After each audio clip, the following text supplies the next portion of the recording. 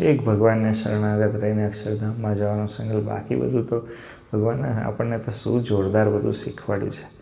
ભગવાન સ્વામિનારાયણ જેવો motivational speaker કોઈ મળે જ નહીં. સ્વામી છે. તમને ખરેખર કહું છું, મધ્યનું 12 આમ વાંચજો. રાજનીતિનું જે વચનામૃત છે, પ્યોર મોટિવેશનલ સ્પીકિંગ છે.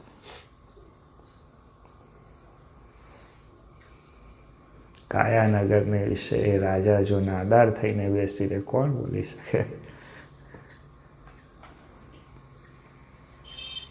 વાંચો.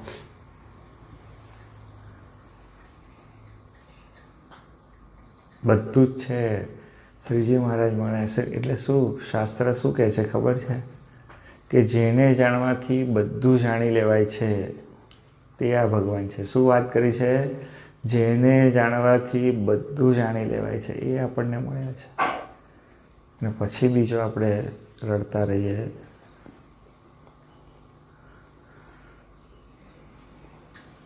વૃત્તિઓને એની રીતે ફાલવા દઈએ ને એટલે બેભાનપણું આવે.